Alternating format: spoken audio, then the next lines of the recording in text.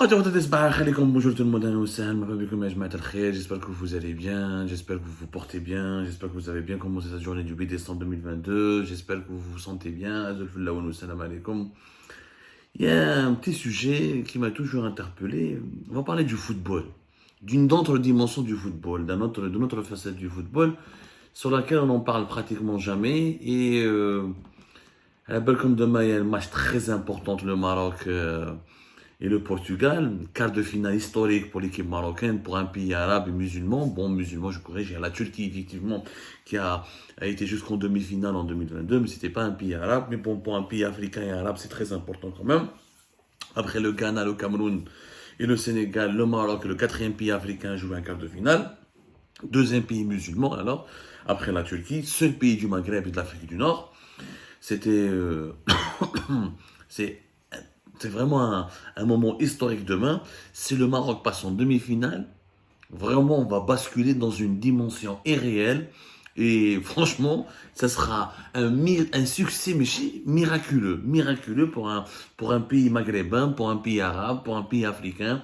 Jamais un pays arabe ou musulman n'a pu arriver jusqu'en demi-finale, à l'exception de la Turquie en 2002, mais jamais un pays africain n'est arrivé en demi-finale.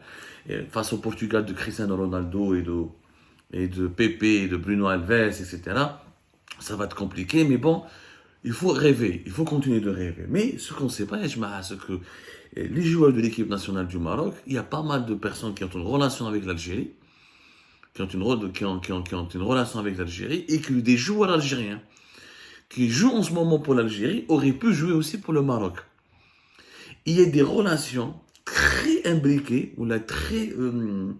il y a une sorte de relation d'interdépendance entre les deux sélections algériennes et marocaines. Il y a des joueurs qui auraient pu jouer, qui ont joué pour le Maroc, qui auraient pu jouer pour l'Algérie, et des joueurs qui jouent pour l'Algérie, qui auraient pu jouer pour le Maroc. C'est vous dire la proximité humaine, l'intensité de la proximité des relations des deux pays. Ces deux pays qu'on essaie donc d'éloigner par la politique, qu'on essaie d'éloigner par les tensions géopolitiques, qu'on essaie d'éloigner par les guéguerres diplomatiques entre les deux régimes. Leurs équipes nationales de football symbolisent à elles seules la proximité profonde, abyssale qu'il y a entre les deux peuples, qui sont pratiquement les mêmes peuples. Hier, je pense, j'avais lu un témoignage très intéressant d'un certain Nasser Largué. Nasser Largué, les Algériens, c'est un footballeur franco-marocain. Il était le DTN, le directeur technique national du Maroc. Il était connu en France parce qu'il avait dirigé le centre de formation de l'Olympique de Marseille entre juillet 2019 et 2002. Et à partir de 2002, en mai 2002, il était le directeur technique national aussi de l'Arabie Saoudite. Il travaille aussi en ce moment pour l'Arabie Saoudite avec Yves Renard. وشفتوا جاب لي les performances de l'Arabie Saoudite avec Hervé Renard, plutôt pas Yves, avec Hervé Renard, l'Arabie Saoudite a eu une participation très respectable. Hada Nasser Largué, dans une émission fait RMC Sport, dans une émission de télévision, de radio je crois, de télévision, laissez-moi juste confirmer, il raconte, voilà, After Foot. C'est une émission sur RMC. Bon, RMC Sport, c'est plus une radio. Bon, il y a RMC Sport aussi en abonnement sur les box ici en France. Il raconte comment, comme le poste de directeur technique national, c'est un poste très important. Dans toutes les fédérations de football du monde, le poste est stratégique parce que le directeur technique national, c'est lui qui fait le plan d'action pour développer le football dans un pays. Par exemple, c'est lui qui met en place le plan de formation des entraîneurs nationaux, c'est lui qui met en place le plan de formation des joueurs, c'est lui qui forme les éducateurs qui sont chargés de former les joueurs, c'est lui qui est chargé du développement de la pratique sportive pour l'ensemble du football d'un pays. C'est vraiment le rôle terreau, il est stratégique. Dans tous les pays du monde, on parle du président de la fédération d'un pays, du football d'un pays, on parle de l'entraîneur de l'équipe nationale d'un pays, mais on oublie le rôle du DTN. Le DTN, le directeur technique national, qui normalement dans les pays par exemple développés qui est maintenant en France, le DTN travaille directement avec le gouvernement. Il a un rapport direct avec le secrétariat d'État chargé des sports et de la fédération et des fédérations sportives du pays. Et il collabore avec les membres du gouvernement parce que c'est le DTN, encore une fois, qui met en place l'ensemble des démarches et des actions nécessaires pour améliorer le niveau du football dans ce pays. Hada Nasser Largué, qui a une grande expérience avec le Maroc, qui fait RMC Sport, l'émission After Foot, comment ils se sont bagarrés avec l'Algérie pour obtenir Smaïl Ben Nasser, l'excellent joueur de l'équipe nationale qui a remporté avec l'Algérie la Coupe d'Afrique en 2019 et qui joue pour le Milan AC et qui aujourd'hui il est courtisé par beaucoup de clubs anglais, Chelsea, etc., par de grands clubs européens. Il a 25 ans aujourd'hui, il joue pour l'Algérie. Et Ben Nasser, Smaïl Ben Nasser, aurait pu jouer pour le Maroc. Il avait l'opportunité de jouer pour le Maroc, pour la simple raison que, apparemment, son père est marocain, sa mère elle est algérienne, et il est né en France. Donc il avait l'opportunité de choisir 3 pays pour lesquels il aurait pu jouer. Il aurait pu jouer pour la France, parce qu'il est né en France, il est français, sa mère algérienne, l'Algérie, son papa est marocain. Donc Ben Nasser, Ismaël Ben Nasser incarne à lui seul les relations profondes, humaines profondes et passionnelles entre l'Algérie et le Maroc. En fait, on aurait dû avoir une seule équipe nationale. Imaginez franchement le rêve, on va terminer cette émission avec ce rêve. Imaginez qu'on a la Yougoslavie, ou qu'on a la Yougoslavie, un seul pays, avec plusieurs fédérations, un pays, une république fédérale, ou un pays, une fédération de pays, et avec une seule sélection de football. Imaginez quel est le talent de l'Algérie, du Maroc, de la Tunisie dans une seule équipe. Je vous jure qu'on aurait pu atteindre les demi-finales facilement. Donc, ça c'est un rêve qui est réalisable à la Bali, qui est utopique. C'est pas la peine de s'attarder là-dessus. Mais c'est pour vous dire les talents qu'il y a en Algérie. Ben Nasser, il est marocain et algérien en même temps. Baba marocain, il est jazaïrien. La Fédération marocaine de football, à travers le DTN, Nasser Largué, il est parti voir Ben Nasser. Ils ont parlé avec Ben Nasser, ils l'ont invité au Maroc. Et le papa voulait que son fils joue pour le Maroc. Il était d'accord. Il raconte. Ben Nasser, donc Smaïl Ben Nasser a été formé à Arles, Avignon, mais il a été révélé en Italie du côté d'Empoli.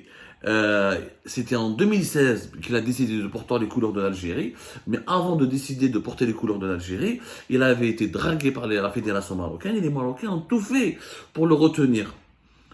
On l'avait invité, on était d'accord avec le papa, et puis au dernier moment, il a fait le choix de l'Algérie. C'était un grand regret pour nous parce que c'était un très bon joueur. En même temps, nous avons gagné Hakimi, Mazraoui, Ziyech, nous avons gagné Marabat. Je dirais proportionnellement, nous avons gagné plus de joueurs. Donc, le Maroc a pu convaincre d'autres joueurs qui sont nés en Europe, en France, en Belgique ou en Pays-Bas, de rejoindre la sélection marocaine. Mais Smaïl Ben Nasser a choisi de choisir l'équipe d'Algérie. Et c'est avec l'équipe d'Algérie qu'il a remporté la Coupe d'Afrique de 2019. Mais il y a plein de cas de joueurs comme ça.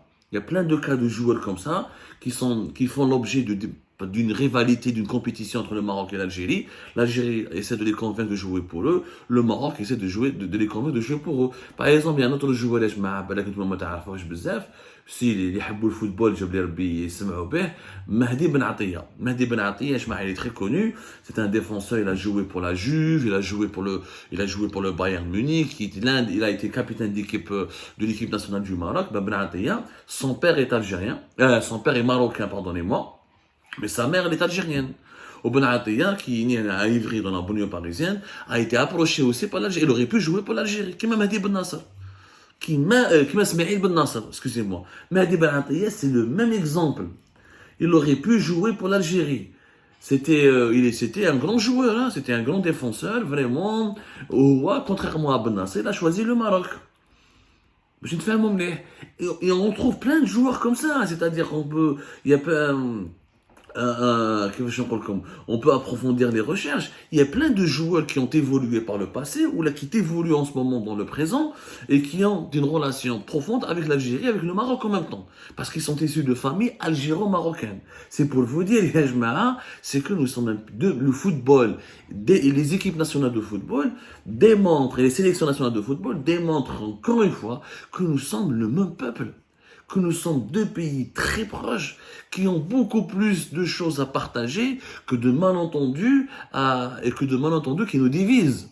Et c'est ça ce qui est extraordinaire. Et ce que les Algériens, mais ne savent pas. Bien sûr, il y a beaucoup de cas des joueurs qui sont des joueurs. Là, il y a beaucoup de cas comme ça. Je ne vais pas m'attarder parce que voilà, il y a d'autres sujets de l'actualité beaucoup plus brûlantes que le cas de Mehdi Ben Attia ou de Smaïl Ben Nasser, euh, famille algéro-marocaine.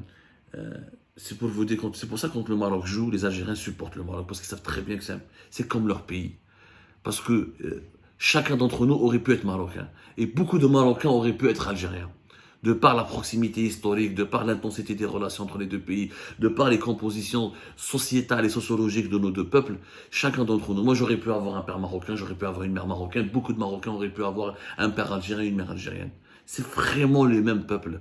Nous sommes beaucoup plus proches que les peuples européens. Nous avons une proximité historique, géographique, ethnique, religieuse, culturelle et linguistique, civilisationnelle beaucoup plus forte que tout ce qu'on peut voir entre les pays européens, alors que les pays européens ont fait l'Union européenne, ont fait des alliances très solides, et que nous, malheureusement, on est toujours divisés autour de quelques questions géopolitiques très mineures. Les pays européens ont fait 2 guerres mondiales, des dizaines de millions de morts, mais aujourd'hui la paix règne en Europe avec une unité à travers le continent, avec une identité européenne qui est en train d'émerger. Nous, il y a une identité maghrébine qui existe depuis des siècles et même voire des millénaires, et qui est toujours là dans nos plats, dans notre cuisine, comme dans nos us, nos coutumes les plus quotidiennes. Et malgré cela, nous sommes divisés, nous sommes déchirés. Même dans le football, nous avons pratiquement des joueurs qui auraient pu jouer pour les deux nations, pour les deux pays, parce que nous sommes finalement qu'un seul pays. Mais qui peut comprendre cette réalité? Personne, j'ai l'impression, en tout cas au plus haut sommet du pouvoir algérien, comme au plus haut sommet du pouvoir marocain.